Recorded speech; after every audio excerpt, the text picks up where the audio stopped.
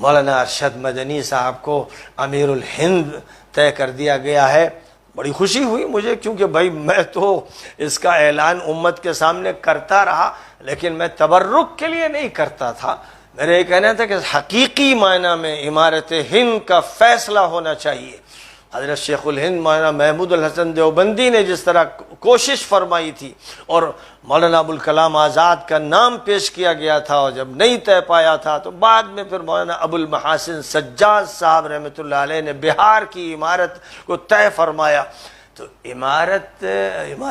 ہند کا مطلب یہ ہوا کہ مولانا ارشد مدنی اب شیعوں کے بھی امیر ہیں، اور سنیوں کے بھی ہیں، اور بریلویوں کے بھی ہیں، اور دیوبندیوں کے بھی ہیں، اور مقلدین کے بھی ہیں، اور غیر مقلدین کے بھی ہیں، اور شمال کے بھی ہیں، اور جنوب کے ہندوستان کے جتنے صوبے ہیں ان کے وہ امیر بنائے گئے ہیں۔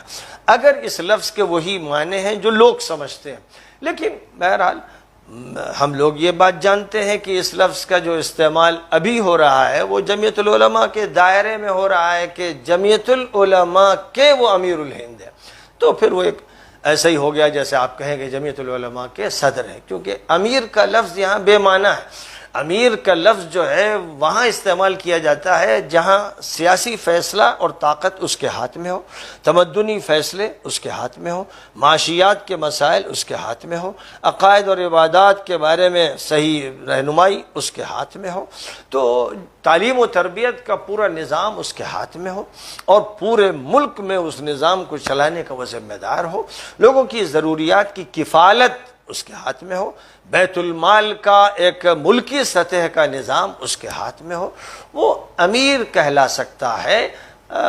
قرآن پاک میں، حدیث نبوی میں اس اصطلاح کا جو استعمال ہوا ہے اسی معنی میں اس لفظ کو رہنا چاہیے۔ اس لفظ کو تبرک کی کوئی چیز بنا دینا درست نہیں ہے، مذاق اڑتا ہے، اور ایسا ہمارا امیر ہوتا ہے جو دوسروں کے سامنے مأمور ہوتا ہے، جو کسی کافر و مشرک کا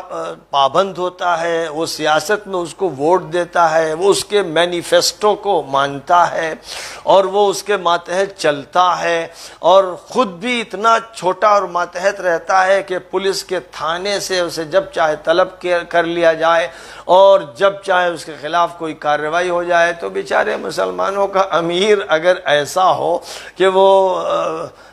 بندہ اور غلام ہو مشرکانہ نظام کا، تو پھر یہ لفظ جو ہے اس پر بڑا ظلم ہوتا ہے۔ اللہ نے فرمایا یا ایھا الذین آمنوا اطیعوا اللہ واطیعوا الرسول واولی الامر منکم، اے ایمان والو اللہ کی اور رسول اللہ کی اور جو اولو الامر ہیں یعنی امیر ہیں تمہارے ان کی اطاعت کرو۔ اور نبی پاک علیہ الصلوۃ والسلام جب کسی کو امیر بنا کر بھیجتے تھے تو یہ فرماتے تھے من اطاع الامیر فقد اطاعنی، جو امیر کی بات مانے گا وہ میری بات مانے گا۔ بڑا مقام ہے، لیکن ظاہر ہے کہ یہ مقام اسی وقت ہے جب کہ امیر کے لیے جو ذمہ داریاں طے کی گئی ہیں قرآن پاک میں اور احادیث میں، ان ذمہ داریوں کو پورا کیا جائے۔ اب خاص طور پر یو پی کے الیکشن کے تناظر میں حضرت مولانا ارشد صاحب سے درخواست ہے کہ جو امیر الہند ہیں، اور ماشاءاللہ ہمارے بھائی سلمان نائب امیر الہند ہیں، وہ ان کے ساتھ پورا تعاون کر رہے ہیں اور کریں گے۔ اس لیے یو پی کے الیکشن کے تناظر میں خاص طور پر میری درخواست یہ ہے کہ مولانا جو سیاسی پارٹی جمعیت العلماء نے بنائی تھی اور جس کا رام لیلا گراؤنڈ میں اعلان کیا تھا، اب کم از کم عمارت کے اس نظام کے ساتھ اس کا اظہار کر دیا جائے، تاکہ سب لوگوں سے یہ کہا جائے کہ بھائی ووٹ جو دینا ہے وہ مولانا ارشد صاحب کو دینا ہے، اور مولانا ارشد جس کو بھی کھڑا کر دیں گے وہی آخری ہوگا، اسی کی بات مانی جائے گی۔ اور پورے یو پی پھر جہاں جس صوبے میں بھی سیاسی نظام برپا کرنا ہوگا تو وہاں اس عمارت کے فیصلے کو مانا جائے گا۔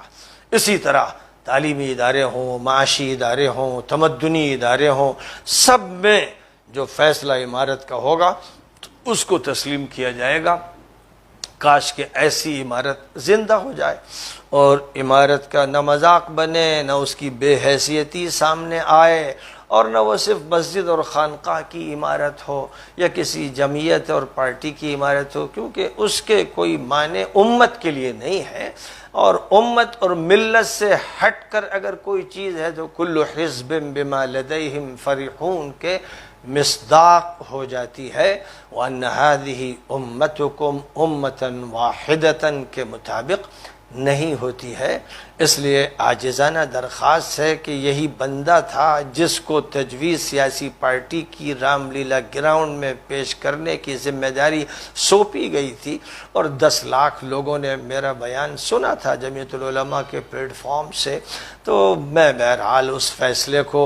یاد دلاتا ہوں، کیونکہ اس وقت مسلمان یو پی میں بہت پریشان ہیں، بہت مظلوم ہیں، بڑے ستم رسیدہ ہیں، اور اللہ و رسول کو ایک طرف گالیاں دی جا رہی ہیں اور ایک طرف حکومت کی طرف سے ظالمانہ کارروائیاں کی جا رہی ہیں، اور مستقبل کے فیصلے تو بڑے خطرناک ہیں۔ جو کچھ ابھی ظاہر ہوا ہے وہ تو بہت کم ہے، وَمَا تُخْفِي صُدُورُهُمْ أَكْبَرُ۔ ایسی صورتحال میں ہماری اس ملت کو پوری قوت کے ساتھ اٹھنا چاہیے اور اجتماعی فیصلے لینے چاہیے، اور اپنے پیروں پر کھڑے ہو کر اور اپنے اوپر اعتماد کر کے کام کو آگے بڑھانا چاہیے۔ ظاہر ہے کہ صفر سے کام شروع ہوتا ہے، مکہ مکرمہ میں غار حرا سے نکل کر صفر سے ایک شخص سے کام شروع ہوا تھا، جو آگے بڑھتے بڑھتے 13 سال کے ظلم سہ کر مدینہ منورہ میں صرف 7.5 سال کے بعد مکہ مکرمہ فتح کر چکا تھا۔ بس اسی راستے پر چلنا ہے۔ اللہ توفیق عطا فرمائے، اور بہت مبارک مولانا ارشد صاحب کو، بہت مبارک مولوی سلمان کو، اور جمعیت العلماء کو اس اعتبار سے مبارک کہ میں سمجھتا ہوں کہ بھئی یہ ایک تنظیم ہے شورا والی، حالانکہ اس شورا میں تمام جماعتوں کے لوگ ہونے چاہیے جو مشورہ دیں امیر صاحب کو، اور اس کے بعد پوری ملت کے لیے زبردست فیصلے لیے جائیں۔